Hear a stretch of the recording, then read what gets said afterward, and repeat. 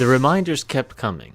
Your permit allows you to film background shots, natural, cultural, and scenic and visitor activities. But one day, I got a call from the park. They had advised me that the park spokesman would allow me to interview him. And although they promised an interview with the park's air quality specialist as well, he unfortunately backed out at the last minute. So here you are, Mr. Bob Miller.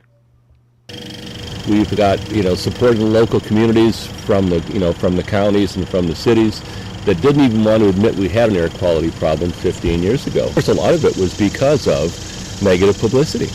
As we got where we had like 52 days when we had ozone exceedances in '99, we began to get on the map, and I think they began to see that it could be bad for tourism. In a world where bad for tourism means bad for people, whether or not they're breathing dirty air, a continued loss of the Smokies could mean permanent vacations for many of the area's residents.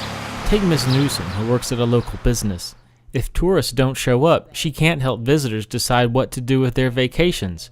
Well, when they're given the weather, they kind of give you the temperature and blah, blah, blah, and then they do an air quality section. And they'll say, this is a high ozone day. You need to stay inside, keep your air conditioner on, which creates more ozone. and not get out and about in the area because, the pollution's really bad that day. So that's one thing that we, up until just a few years ago was unheard of. We would have been like, what are they talking about? So when people come, they don't understand what that is unless they live in areas where that's a problem, like L.A. or someplace where you associate smog with being. Even on a good day, it's not. They have this grading scale. It's kind of like the terrorism thing. You go from green to red, and mostly we stay in the orange. A code orange public health alert issued for dangerous air pollution levels in the Smoky Mountains. We haven't had very good luck at getting people to come to air quality programs. As a rule, visitors don't know there is a problem. They don't necessarily come to vacation looking to hear about problems.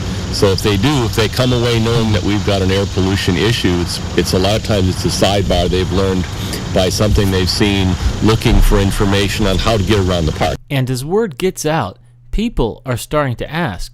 Yet as Miss Newsom explains, the answer they receive provokes an even more compelling question. I have people ask all the time.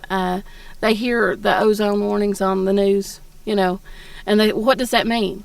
Why are they, why is that even an issue? They don't, and I try to explain, when, at those levels, it can be harmful to you if you have breathing problems. Well, do they close the park down?